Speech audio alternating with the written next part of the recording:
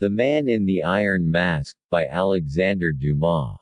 Contents. Transcriber's notes. Introduction. Chapter 1. The Prisoner. Chapter 2. How Mouston had become fatter without giving Porthos notice thereof. Chapter 3. Who Messieurs Jean Percerin was. Chapter 4. The Patterns. Chapter 5. Where, probably, Molière obtained his first idea of the bourgeois gentilhomme. Chapter 6. The Beehive, the Bees, and the Honey. Chapter 7. Another Supper at the Bastille.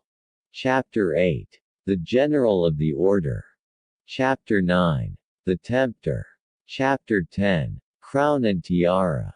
Chapter 11. The Château de Vaux-le-Vicomte. Chapter 12.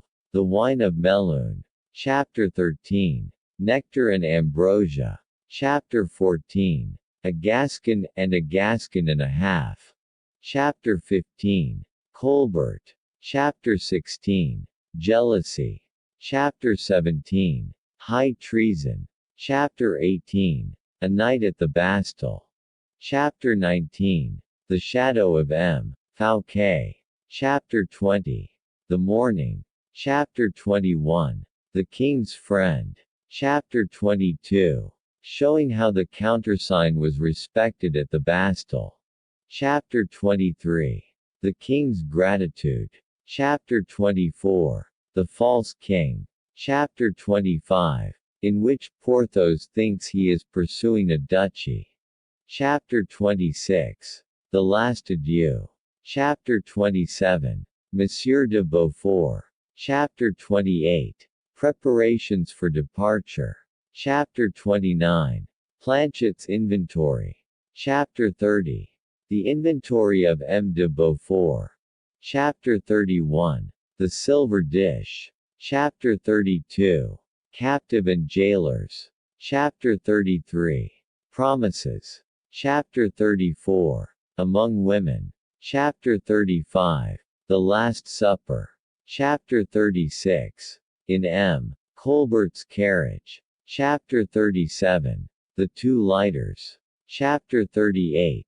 Friendly Advice. Chapter 39. How the King, Louis XIV, played his little part. Chapter 40. The White Horse and the Black. Chapter 41. In which the squirrel falls, the adder flies. Chapter 42. Belle Ile en Mer. Chapter 43.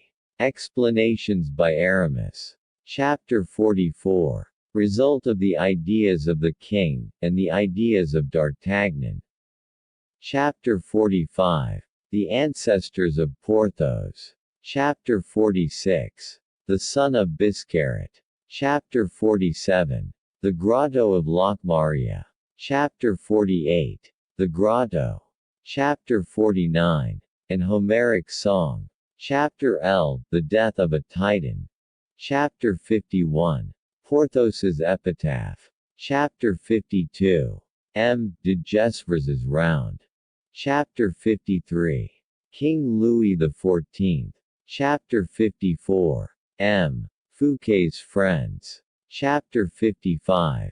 Porthos's Will.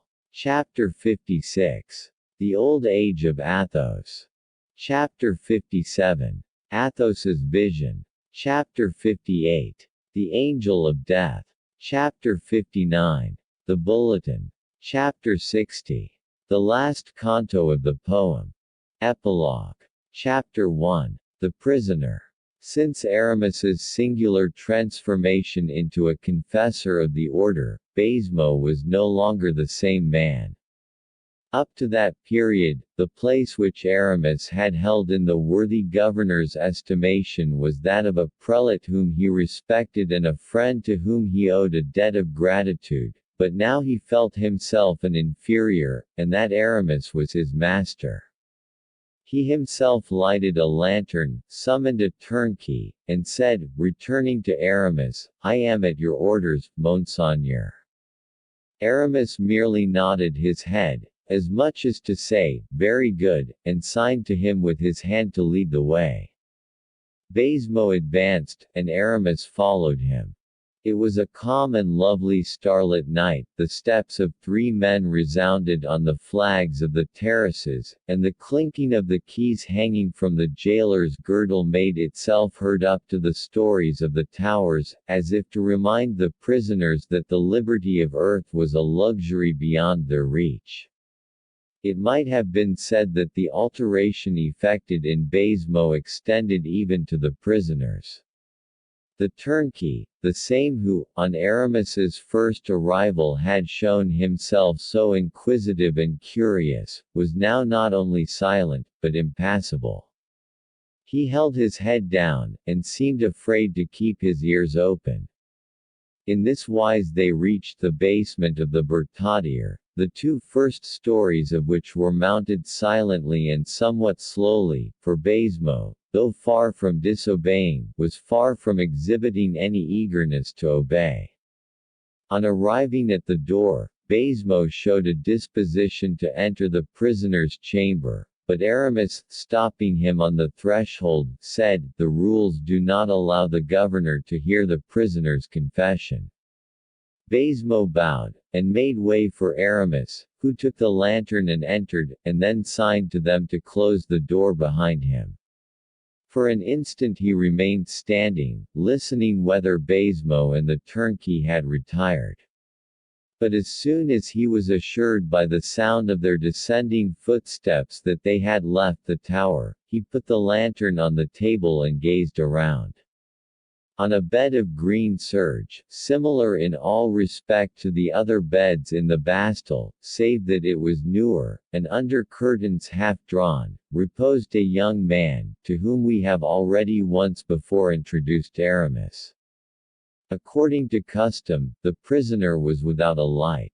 At the hour of curfew, he was bound to extinguish his lamp, and we perceive how much he was favored, in being allowed to keep it burning even till then. Near the bed a large leathern armchair, with twisted legs, sustained his clothes. A little table, without pens, books, paper, or ink, stood neglected in sadness near the window, while several plates, still unemptied, showed that the prisoner had scarcely touched his evening meal. Aramis saw that the young man was stretched upon his bed, his face half concealed by his arms. The arrival of a visitor did not cause any change of position, either he was waiting in expectation, or was asleep. Aramis lighted the candle from the lantern, pushed back the armchair, and approached the bed with an evident mixture of interest and respect. The young man raised his head. "What is it?" said he. "You desired a confessor," replied Aramis. "Yes. Because you were ill." "Yes. Very ill." The young man gave Aramis a piercing glance, and answered, "I thank you." After a moment's silence, "I have seen you before," he continued. Aramis bowed.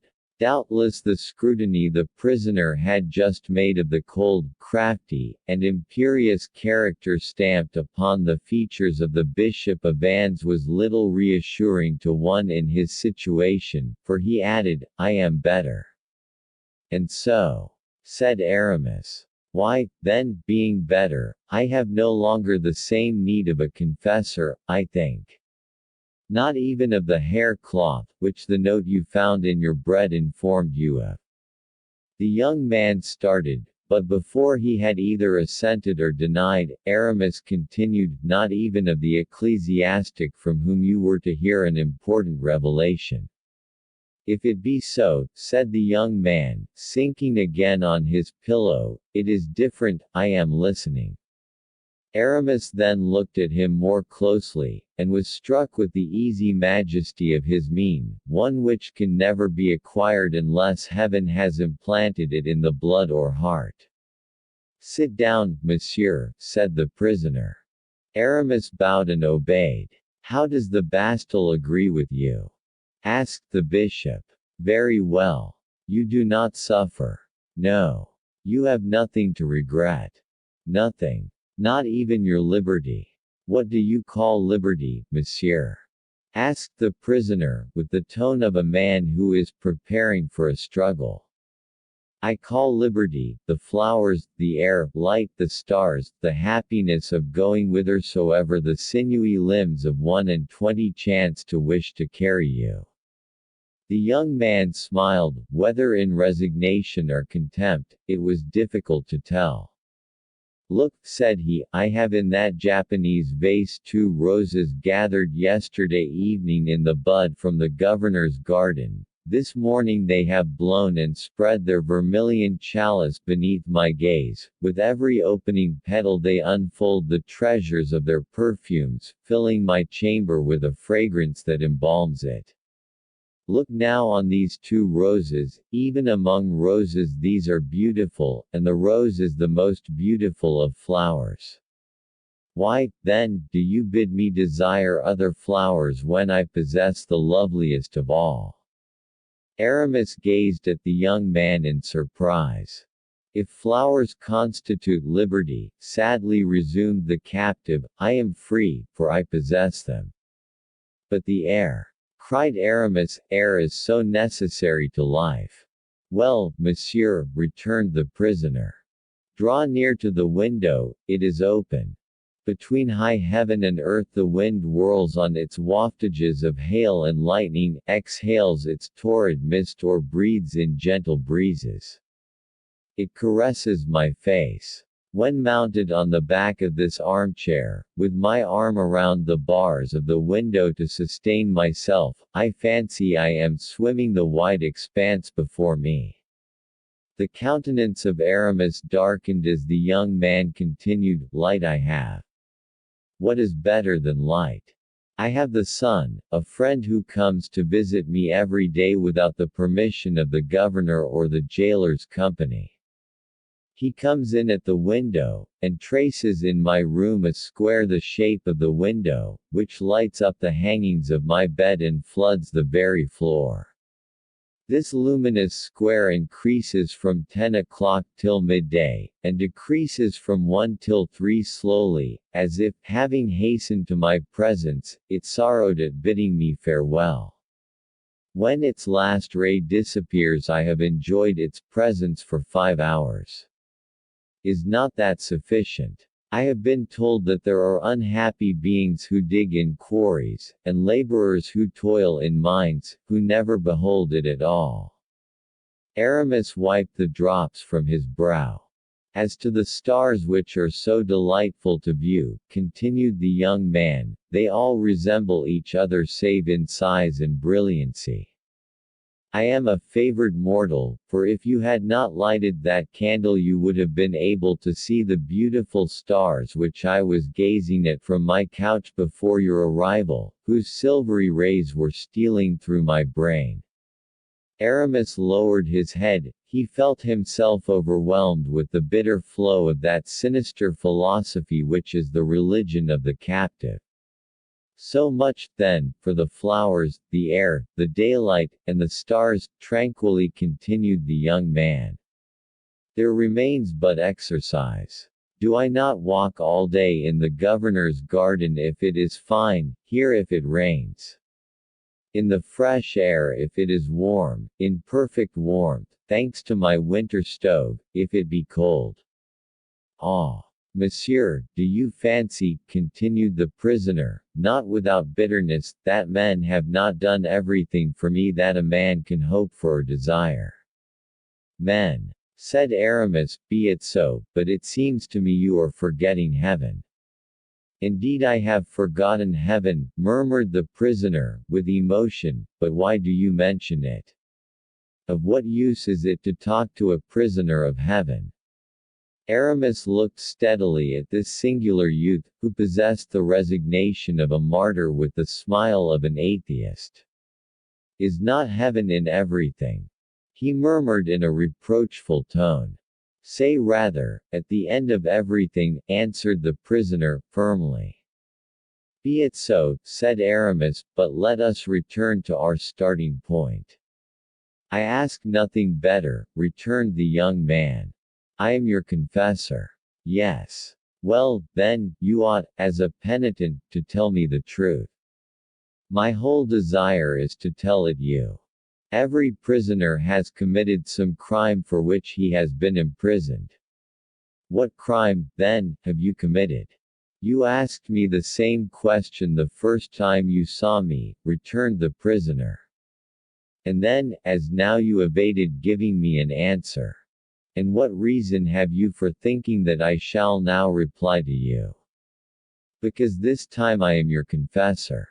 Then if you wish me to tell what crime I have committed, explain to me in what a crime consists.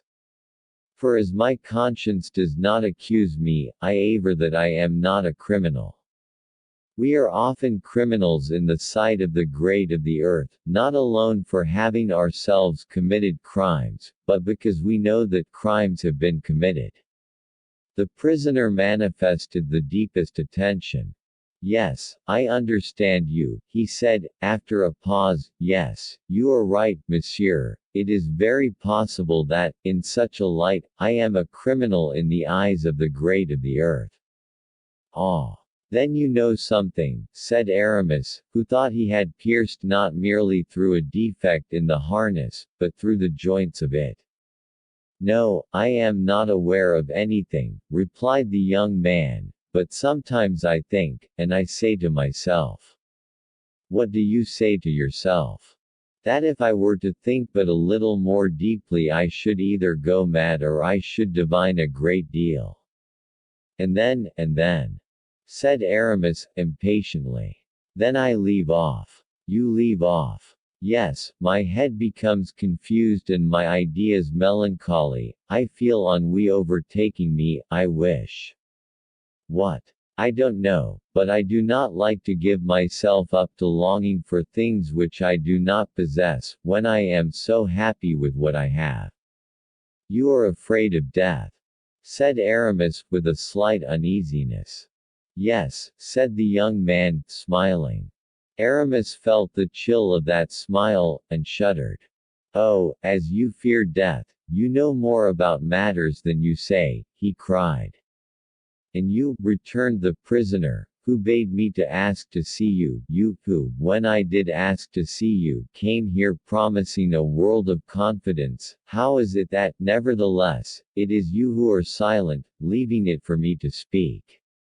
Since, then, we both wear masks, either let us both retain them or put them aside together.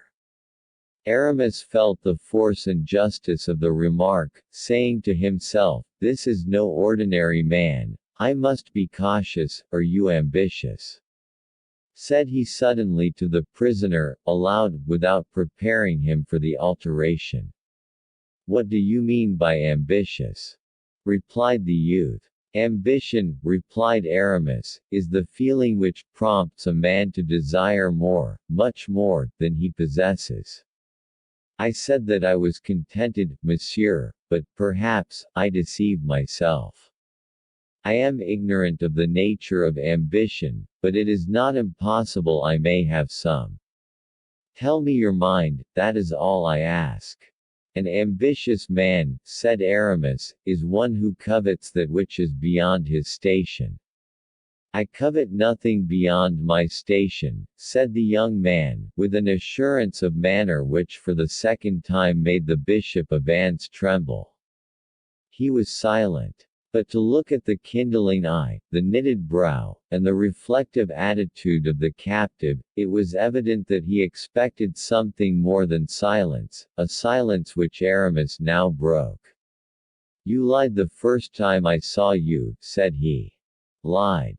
Cried the young man, starting up on his couch, with such a tone in his voice, and such a lightning in his eyes, that Aramis recoiled, in spite of himself. I should say, returned Aramis, bowing, you concealed from me what you knew of your infancy. A man's secrets are his own, monsieur, retorted the prisoner, and not at the mercy of the first chance comer. True, said Aramis, bowing still lower than before, 'tis true, pardon me, but today do I still occupy the place of a chance comer. I beseech you to reply, monseigneur. This title slightly disturbed the prisoner, but nevertheless he did not appear astonished that it was given him. "I do not know you, monsieur," said he. "Oh, but if I dared, I would take your hand and kiss it." The young man seemed as if he were going to give Aramis his hand, but the light which beamed in his eyes faded away, and he coldly and distrustfully withdrew his hand again. "Kiss the hand of a prisoner," he said, shaking his head. "To what purpose?" "Why did you tell me," said Aramis, "that you were happy here? Why, that you aspired to nothing? Why, in a word, by thus speaking, do you prevent me from being frank in my turn?" The same light shone a third time in the young man's eyes, but died ineffectually away as before. "You distrust me," said Aramis. "And why say you so, monsieur?" "Oh, for a very simple reason. If you know what you ought to know, you ought to mistrust everybody. Then do not be astonished that I am mistrustful, since you suspect me of knowing what I do not know." Aramis was struck with admiration at this energetic resistance. "Oh, Monseigneur! You drive me to despair," said he, striking the armchair with his fist. "And, on my part, I do not comprehend you, monsieur." "Well, then, try to understand me." The prisoner looked fixedly at Aramis. "Sometimes it seems to me," said the latter, "that I have before me the man whom I seek, and then your man disappears, is it not so?" said the prisoner, smiling. "So much the better." Aramis rose. "Certainly," said he, "I have nothing further to say to a man who mistrusts me as you do." "And I, monsieur," said the prisoner, in the same tone, "have nothing to say to a man who will not understand that a prisoner ought to be mistrustful of everybody." "Even of his old friends," said Aramis. "Oh, Monseigneur, you are too prudent. Of my old friends, you one of my old friends, you.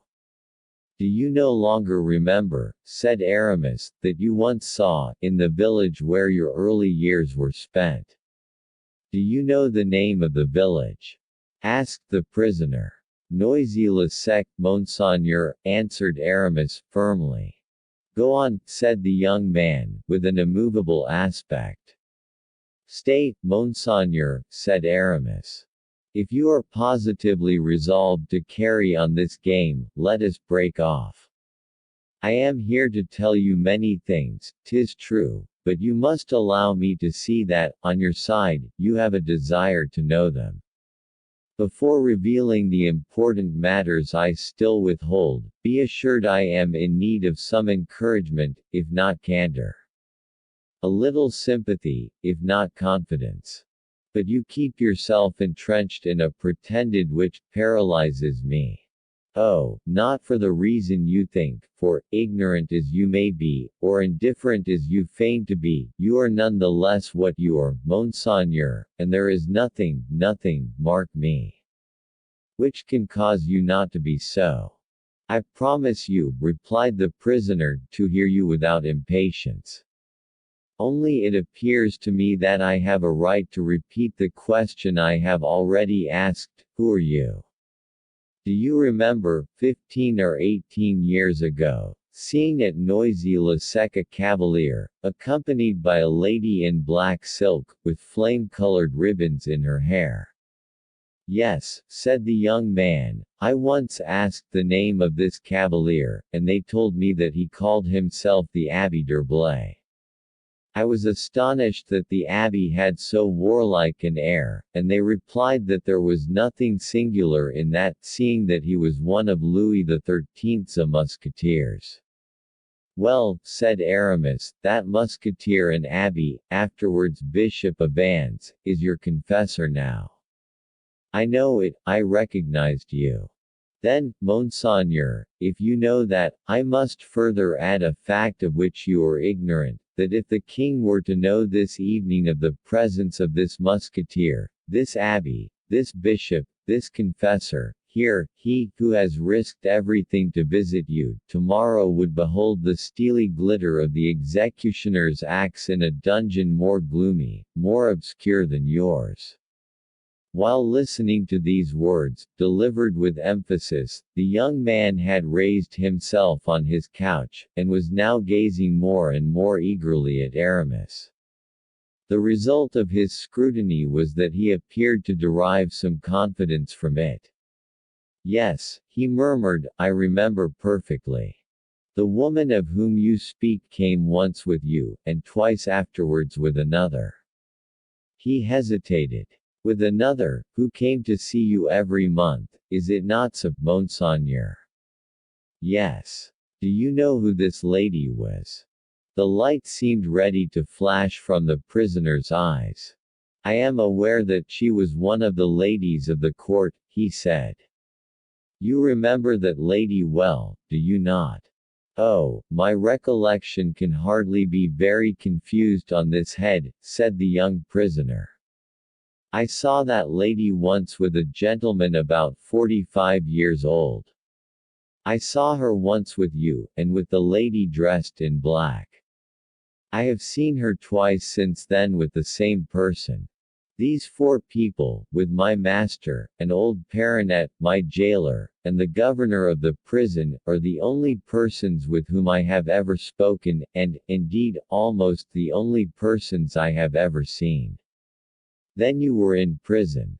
"If I am a prisoner here, then I was comparatively free, although in a very narrow sense. A house I never quitted, a garden surrounded with walls I could not climb, these constituted my residence, but you know it, as you have been there. In a word, being accustomed to live within these bounds, I never cared to leave them. And so you will understand, monsieur, that having never seen anything of the world, I have nothing left to care for, and therefore, if you relate anything, you will be obliged to explain each item to me as you go along." "And I will do so," said Aramis, bowing, "for it is my duty, Monseigneur." "Well, then, begin by telling me who was my tutor." "A worthy and, above all, an honorable gentleman, Monseigneur, fit guide for both body and soul." "Had you ever any reason to complain of him?" "Oh, no, quite the contrary. But this gentleman of yours often used to tell me that my father and mother were dead." "Did he deceive me, or did he speak the truth?" "He was compelled to comply with the orders given him." "Then he lied." "In one respect. Your father is dead. And my mother. She is dead for you. But then she lives for others, does she not?" "Yes. And I, then," the young man looked sharply at Aramis, "am compelled to live in the obscurity of a prison." "Alas! I fear so. And that because my presence in the world would lead to the revelation of a great secret." "Certainly, a very great secret. My enemy must indeed be powerful, to be able to shut up in the Bastille a child such as I then was." "He is more powerful than my mother, then." "And why do you ask that?" "Because my mother would have taken my part." Aramis hesitated. "Yes, Monseigneur, more powerful than your mother. Seeing, then, that my nurse and preceptor were carried off, and that I, also, was separated from them, either they were, or I am, very dangerous to my enemy." "Yes, but you are alluding to a peril from which he freed himself, by causing the nurse and preceptor to disappear," answered Aramis, quietly. "Disappear?" cried the prisoner, "how did they disappear?" "In a very sure way," answered Aramis, "they are dead." The young man turned pale, and passed his hand tremblingly over his face. "Poison?" he asked. "Poison?" The prisoner reflected a moment. "My enemy must indeed have been very cruel, or hard beset by necessity, to assassinate those 2 innocent people. My sole support, for the worthy gentleman and the poor nurse had never harmed a living being." In your family, Monseigneur, necessity is stern. And so it is necessity which compels me, to my great regret, to tell you that this gentleman and the unhappy lady have been assassinated. Oh, you tell me nothing I am not aware of, said the prisoner, knitting his brows. How? I suspected it. Why? I will tell you. At this moment the young man, supporting himself on his two elbows, drew close to Aramis's face, with such an expression of dignity, of self-command and of defiance even, that the bishop felt the electricity of enthusiasm strike in devouring flashes from that great heart of his, into his brain of adamant. Speak, Monseigneur. I have already told you that by conversing with you I endanger my life. Little value as it has, I implore you to accept it as the ransom of your own. Well, resumed the young man, this is why I suspected they had killed my nurse and my preceptor. Whom you used to call your father. Yes, whom I called my father, but whose son I well knew I was not. Who caused you to suppose so? Just as you, monsieur, are too respectful for a friend, he was also too respectful for a father. I, however, said Aramis, have no intention to disguise myself. The young man nodded assent and continued, undoubtedly, I was not destined to perpetual seclusion, said the prisoner, and that which makes me believe so, above all, now, is the care that was taken to render me as accomplished a cavalier as possible. The gentleman attached to my person taught me everything he knew himself, mathematics, a little geometry, astronomy, fencing and riding. Every morning I went through military exercises, and practiced on horseback. Well, one morning during the summer, it being very hot, I went to sleep in the hall. Nothing, up to that period, except the respect paid me, had enlightened me, or even roused my suspicions. I lived as children, as birds, as plants, as the air and the sun do. I had just turned my 15th year. This, then, is 8 years ago. Yes, nearly, but I have ceased to reckon time. Excuse me, but what did your tutor tell you, to encourage you to work? He used to say that a man was bound to make for himself, in the world, that fortune which heaven had refused him at his birth.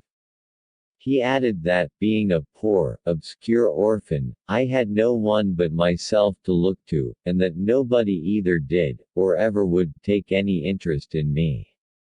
I was then, in the hall I have spoken of, asleep from fatigue with long fencing.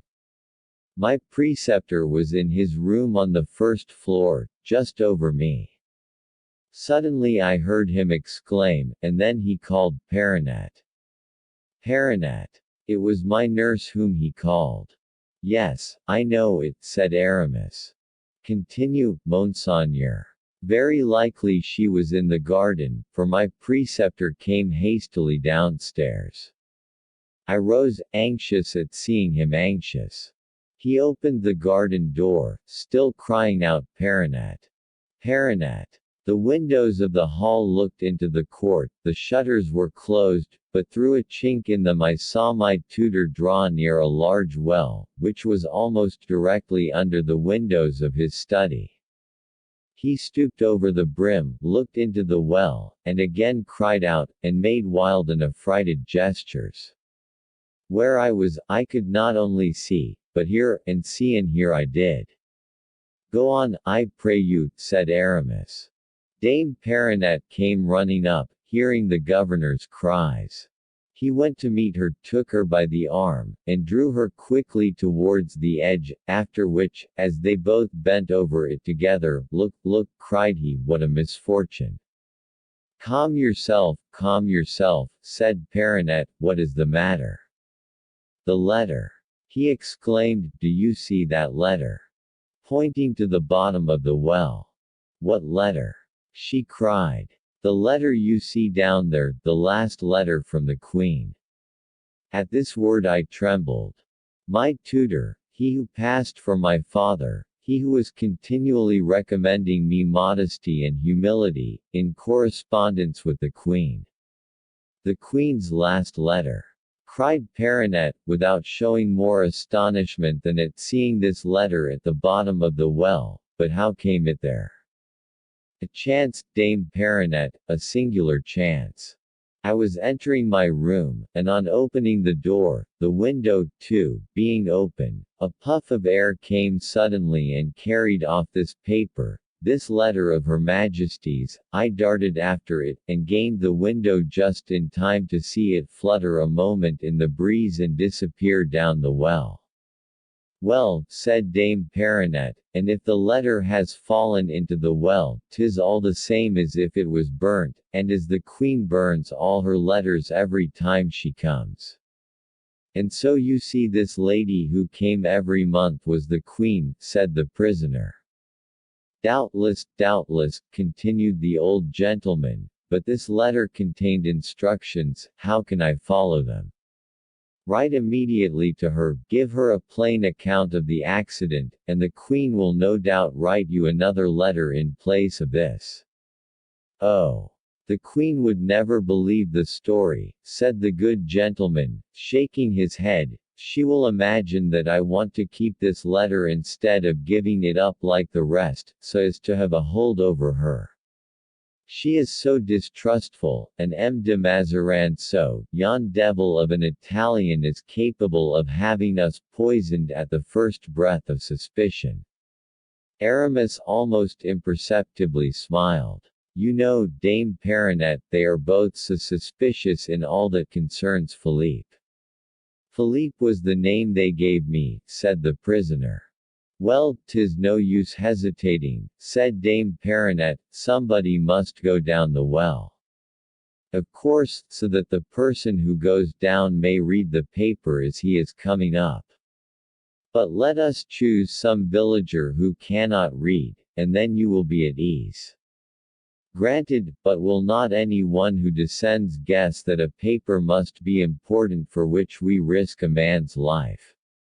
However, you have given me an idea, Dame Paranet, somebody shall go down the well, but that somebody shall be myself. But at this notion Dame Paranet lamented and cried in such a manner, and so implored the old nobleman, with tears in her eyes, that he promised her to obtain a ladder long enough to reach down, while she went in search of some stout-hearted youth, whom she was to persuade that a jewel had fallen into the well, and that this jewel was wrapped in a paper. And as paper, remarked my preceptor, naturally unfolds in water, the young man would not be surprised at finding nothing, after all, but the letter wide open. But perhaps the writing will be already effaced by that time, said Dame Paranet. No consequence, provided we secure the letter. On returning it to the Queen, she will see at once that we have not betrayed her, and consequently, as we shall not rouse the distrust of Mazarin, we shall have nothing to fear from him.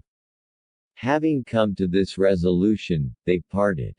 I pushed back the shutter, and, seeing that my tutor was about to re-enter, I threw myself on my couch, in a confusion of brain caused by all I had just heard. My governor opened the door a few moments after, and thinking I was asleep gently closed it again. As soon as ever it was shut, I rose, and, listening, heard the sound of retiring footsteps. Then I returned to the shutters, and saw my tutor and Dame Paranet go out together. I was alone in the house. They had hardly closed the gate before I sprang from the window and ran to the well. Then, just as my governor had leaned over, so leaned I. Something white and luminous glistened in the green and quivering silence of the water. The brilliant disk fascinated and allured me, my eyes became fixed, and I could hardly breathe. The well seemed to draw me downwards with its slimy mouth and icy breath, and I thought I read, at the bottom of the water, characters of fire traced upon the letter the Queen had touched. Then, scarcely knowing what I was about, and urged on by one of those instinctive impulses which drive men to destruction, I lowered the cord from the windlass of the well to within about 3 feet of the water, leaving the bucket dangling, at the same time taking infinite pains not to disturb that coveted letter, which was beginning to change its white tint for the hue of chrysoprase, proof enough that it was sinking, and then, with the rope weltering in my hands, slid down into the abyss. When I saw myself hanging over the dark pool, when I saw the sky lessening above my head, a cold shudder came over me, a chill fear got the better of me, I was seized with giddiness, and the hair rose on my head. But my strong will still reigned supreme over all the terror and disquietude. I gained the water, and at once plunged into it, holding on by one hand, while I immersed the other and seized the dear letter, which, alas, came in my grasp. I concealed the 2 fragments in my body coat, and, helping myself with my feet against the sides of the pit, and clinging on with my hands, agile and vigorous as I was, and, above all, pressed for time, I regained the brink, drenching it as I touched it with the water that streamed off me. I was no sooner out of the well with my prize, than I rushed into the sunlight, and took refuge in a kind of shrubbery at the bottom of the garden. As I entered my hiding place, the bell which resounded when the great gate was opened, rang. It was my preceptor come back again. I had but just time. I calculated that it would take 10 minutes before he would gain my place of concealment, even if, guessing where I was, he came straight to it, and 20 if he were obliged to look for me. But this was time enough to allow me to read the cherished letter, whose fragments I hastened to unite again. The writing was already fading, but I managed to decipher it all. "And will you tell me what you read therein, Monseigneur?"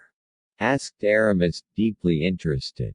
"Quite enough, monsieur, to see that my tutor was a man of noble rank, and that Perronnette, without being a lady of quality, was far better than a servant, and also to perceive that I must myself be high-born, since the Queen, Anne of Austria, and Mazarin, the Prime Minister, commended me so earnestly to their care." Here the young man paused, quite overcome. "And what happened?" asked Aramis. "It happened, monsieur," answered he, "that the workmen they had summoned found nothing in the well, after the closest search, that my governor perceived that the brink was all watery. That I was not so dried by the sun as to prevent Dame Perronnette spying that my garments were moist, and, lastly, that I was seized with a violent fever, owing to the chill and the excitement of my discovery, an attack of delirium supervening, during which I related the whole adventure, so that, guided by my avowal, my governor found the pieces of the Queen's letter inside the bolster where I had concealed them." "Ah," said Aramis, "now I understand. Beyond this, all is conjecture. Doubtless the unfortunate lady and gentleman, not daring to keep the occurrence secret, wrote of all this to the Queen and sent back the torn letter. After which," said Aramis, "you were arrested and removed to the Bastille. As you see, your 2 attendants disappeared.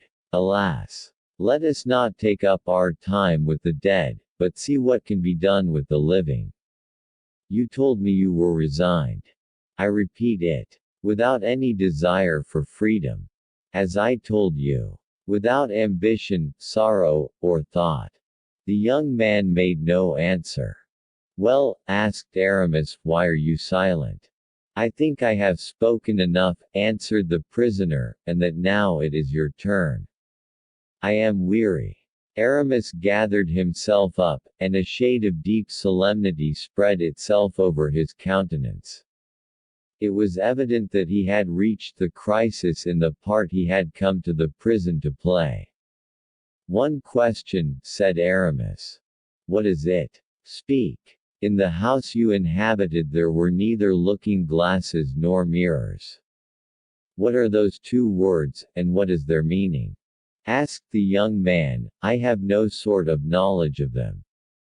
"They designate two pieces of furniture which reflect objects, so that, for instance, you may see in them your own lineaments, as you see mine now, with the naked eye." "No, there was neither a glass nor a mirror in the house," answered the young man. Aramis looked round him. "Nor is there anything of the kind here, either," he said. "They have again taken the same precaution." "To what end?" "You will know directly. Now, you have told me that you were instructed in mathematics, astronomy, fencing, and writing, but you have not said a word about history." "My tutor sometimes related to me the principal deeds of the King, Street. Louis, King Francis I, and King Henry IV. "Is that all?" "Very nearly.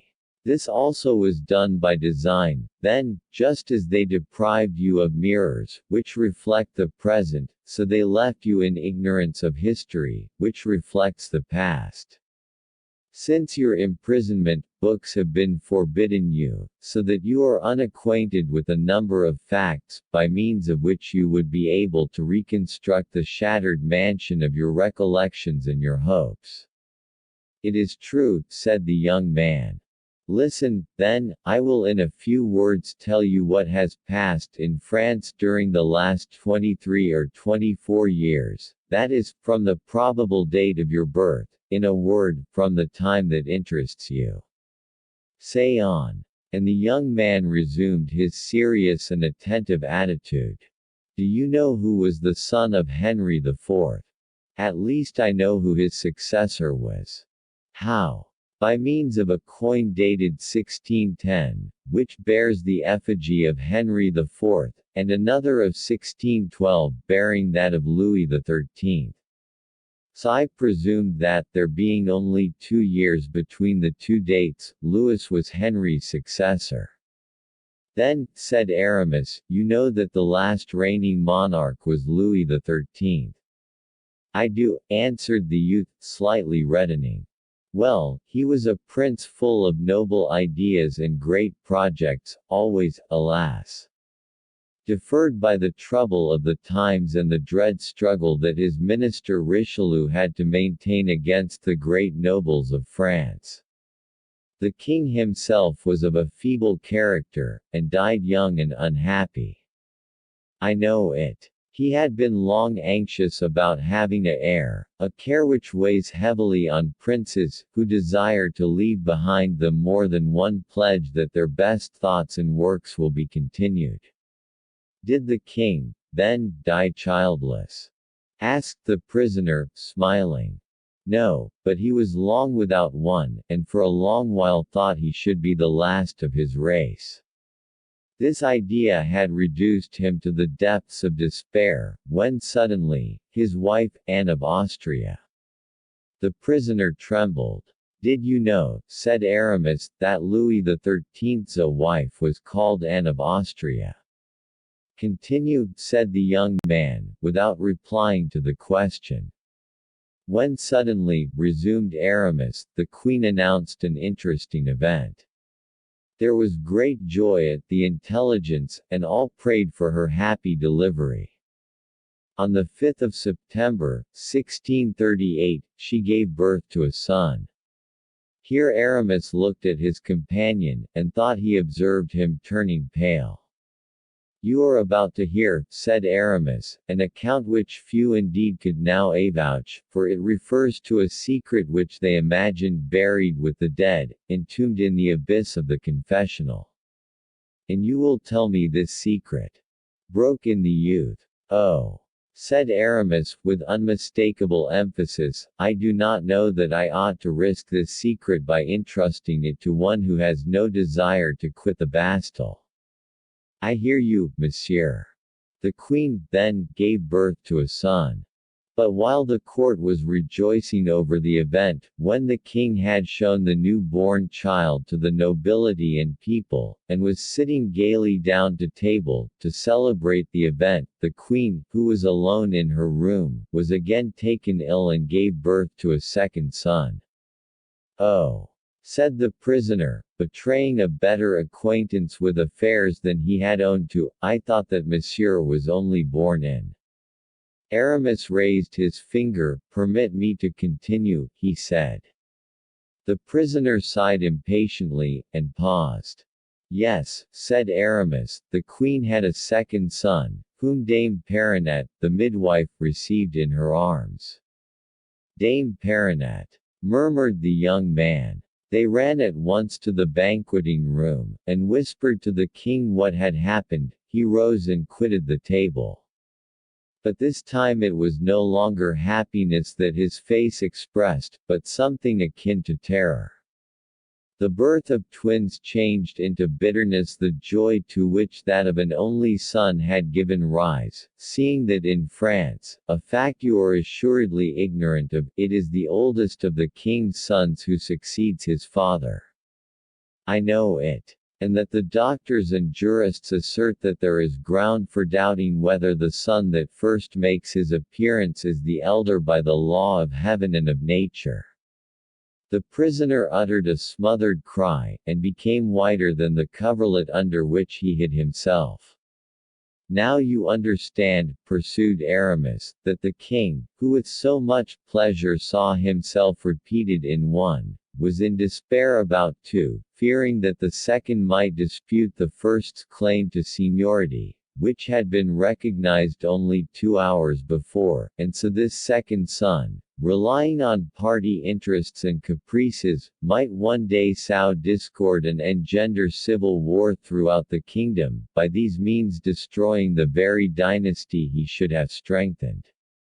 "Oh, I understand, murmured the young man. "Well," continued Aramis, "this is what they relate, what they declare. This is why one of the queen's 2 sons, shamefully parted from his brother, shamefully sequestered, is buried in profound obscurity. This is why that second son has disappeared, and so completely, that not a soul in France, save his mother, is aware of his existence." "Yes. His mother, who has cast him off," cried the prisoner in a tone of despair. "Except, also," Aramis went on, "the lady in the black dress, and, finally, excepting yourself, is it not? You who come and relate all this, you, who rouse in my soul curiosity, hatred, ambition, and, perhaps, even the thirst of vengeance, except you, monsieur, who, if you are the man to whom I expect, whom the note I have received applies to, whom, in short, heaven ought to send me, must possess about you." "What?" asked Aramis. "A portrait of the king, Louis XIV, who at this moment reigns upon the throne of France." "Here is the portrait," replied the bishop, handing the prisoner a miniature in enamel, on which Louis was depicted lifelike, with a handsome, lofty mien. The prisoner eagerly seized the portrait, and gazed at it with devouring eyes. "And now, Monseigneur," said Aramis, "here is a mirror." Aramis left the prisoner time to recover his ideas. So high," murmured the young man, eagerly comparing the likeness of Louis with his own countenance reflected in the glass. "What do you think of it?" at length said Aramis. "I think that I am lost," replied the captive. "The king will never set me free."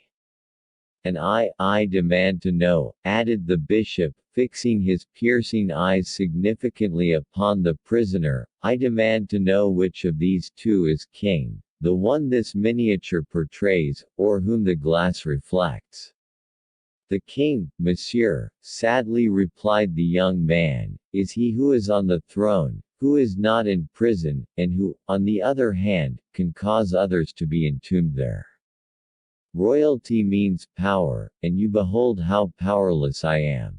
Monseigneur, answered Aramis, with a respect he had not yet manifested, the king, mark me, will, if you desire it, be the one that, quitting his dungeon, shall maintain himself upon the throne, on which his friends will place him. Tempt me not, monsieur, broke in the prisoner bitterly. Be not weak, Monseigneur, persisted Aramis, I have brought you all the proofs of your birth, consult them, satisfy yourself that you are a king's son, it is for us to act. No, no, it is impossible. Unless, indeed, resumed the bishop ironically, it be the destiny of your race, that the brothers excluded from the throne should be always princes void of courage and honesty, as was your uncle, M. Gaston d'Orléans, who 10 times conspired against his brother Louis XIII. What? Cried the prince, astonished. My uncle Gaston, conspired against his brother, conspired to dethrone him. Exactly, Monseigneur, for no other reason. I tell you the truth. And he had friends, devoted friends.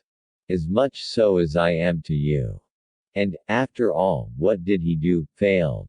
He failed, I admit, but always through his own fault, and, for the sake of purchasing, not his life, for the life of the king's brother is sacred and inviolable, but his liberty, he sacrificed the lives of all his friends, one after another.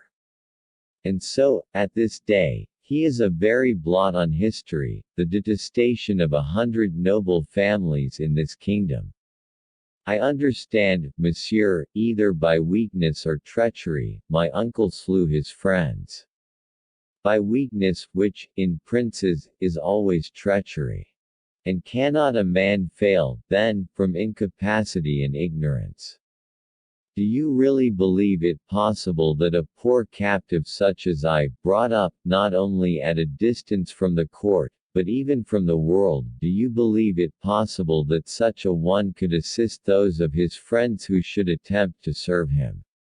And as Aramis was about to reply, the young man suddenly cried out, with a violence which betrayed the temper of his blood, we are speaking of friends, but how can I have any friends, I, whom no one knows, and have neither liberty, money, nor influence, to gain any? I fancy I had the honor to offer myself to your Royal Highness. Oh, do not style me so, monsieur, 'tis either treachery or cruelty. Bid me not think of aught beyond these prison walls, which so grimly confine me, let me again love, or, at least, submit to my slavery and my obscurity. Monseigneur, Monseigneur, if you again utter these desperate words, if, after having received proof of your high birth, you still remain poor-spirited in body and soul, I will comply with your desire, I will depart, and renounce forever the service of a master to whom so eagerly I came to devote my assistance and my life. Monsieur, cried the prince, would it not have been better for you to have reflected, before telling me all that you have done, that you have broken my heart forever? And so I desire to do, Monseigneur. To talk to me about power, grandeur, and to prate of thrones. Is a prison the fit place? You wish to make me believe in splendor, and we are lying lost in night, you boast of glory, and we are smothering our words in the curtains of this miserable bed. You give me glimpses of power absolute whilst I hear the footsteps of the ever watchful jailer in the corridor, that step which, after all, makes you tremble more than it does me. To render me somewhat less incredulous, free me from the Bastille, let me breathe the fresh air, give me my spurs and trusty sword, then we shall begin to understand each other. It is precisely my intention to give you all this, Monseigneur, and more, only, do you desire it? A word more, said the prince. I know there are guards in every gallery, bolts to every door, cannon and soldiery at every barrier. How will you overcome the sentries, spike the guns? How will you break through the bolts and bars? Monseigneur, how did you get the note which announced my arrival to you? You can bribe a jailer for such a thing as a note. If we can corrupt one turnkey, we can corrupt 10. Well, I admit that it may be possible to release a poor captive from the Bastille, possible so to conceal him that the king's people shall not again ensnare him, possible, in some unknown retreat, to sustain the unhappy wretch in some suitable manner. Monseigneur, said Aramis, smiling, I admit that, whoever would do this much for me, would seem more than mortal in my eyes, but as you tell me I am a prince, brother of the king, how can you restore me the rank and power which my mother and my brother have deprived me of? And as, to effect this, I must pass a life of war and hatred, how can you cause me to prevail in those combats, render me invulnerable by my enemies? Ah! Monsieur, reflect on all this, place me, tomorrow, in some dark cavern at a mountain's base, yield me the delight of hearing in freedom sounds of the river, plain and valley, of beholding in freedom the sun of the blue heavens, or the stormy sky, and it is enough. Promise me no more than this, for, indeed, more you cannot give, and it would be a crime to deceive me, since you call yourself my friend. Aramis waited in silence.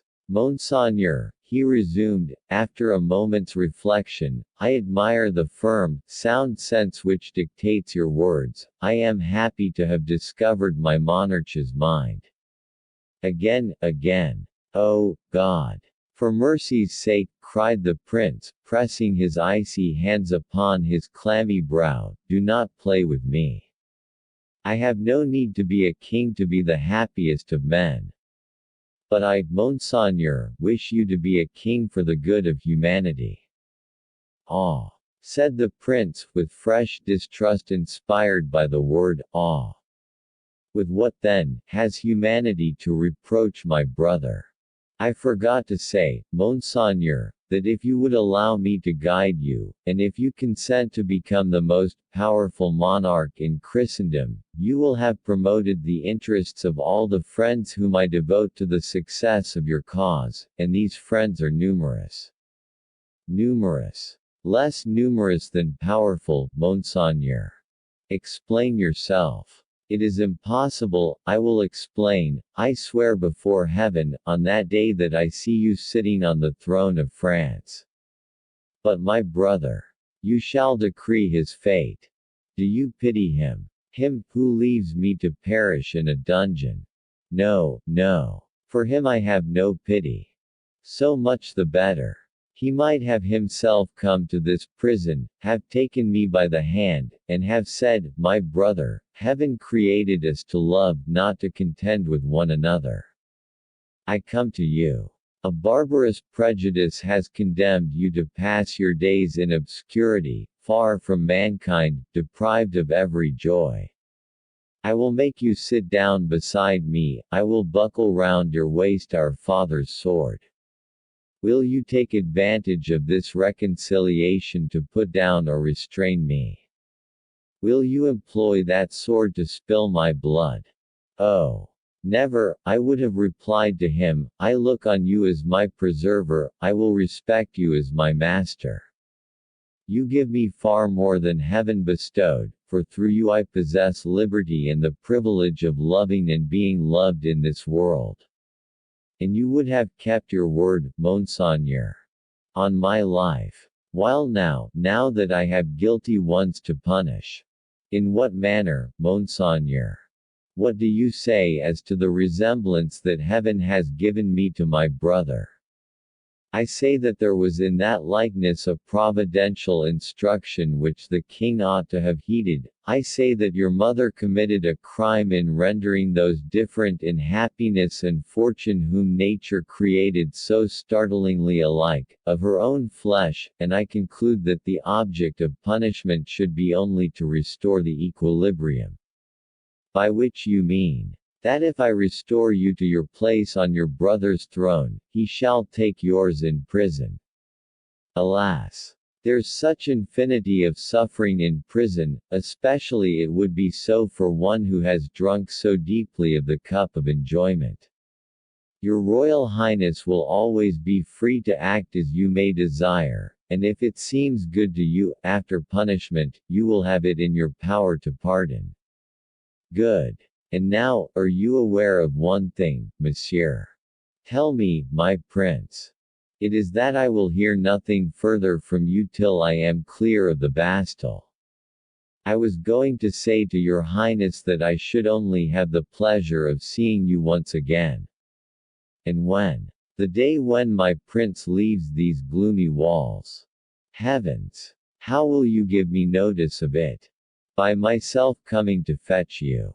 Yourself. My prince, do not leave this chamber save with me, or if in my absence you are compelled to do so, remember that I am not concerned in it. And so I am not to speak a word of this to any one whatever, save to you. Save only to me. Aramis bowed very low. The prince offered his hand. Monsieur, he said, in a tone that issued from his heart, one word more, my last. If you have sought me for my destruction, if you are only a tool in the hands of my enemies, if from our conference, in which you have sounded the depths of my mind, anything worse than captivity result, that is to say, if death befall me, still receive my blessing, for you will have ended my troubles and given me repose from the tormenting fever that has preyed on me for 8 long, weary years. Monseigneur, wait the results ere you judge me, said Aramis. I say that, in such a case, I bless and forgive you. If, on the other hand, you are come to restore me to that position in the sunshine of fortune and glory to which I was destined by heaven.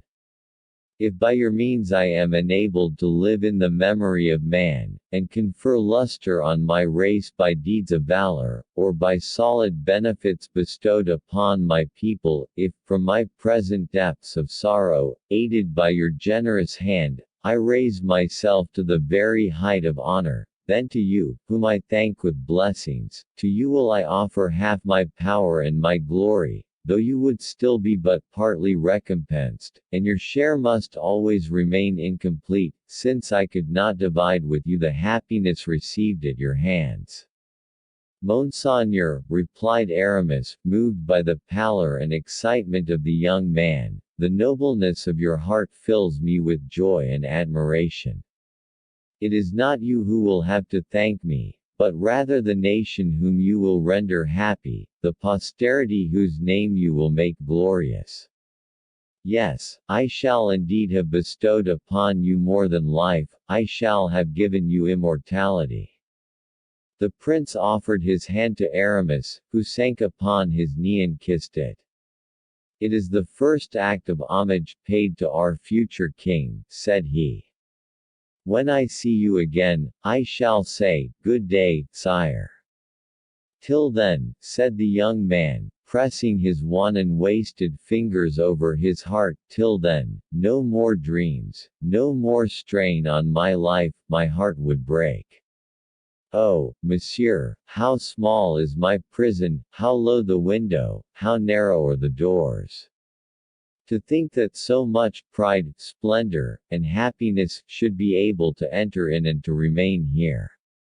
Your Royal Highness makes me proud, said Aramis, since you infer it is I who brought all this.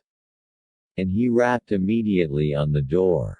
The jailer came to open it with Baisemeaux, who, devoured by fear and uneasiness, was beginning, in spite of himself, to listen at the door.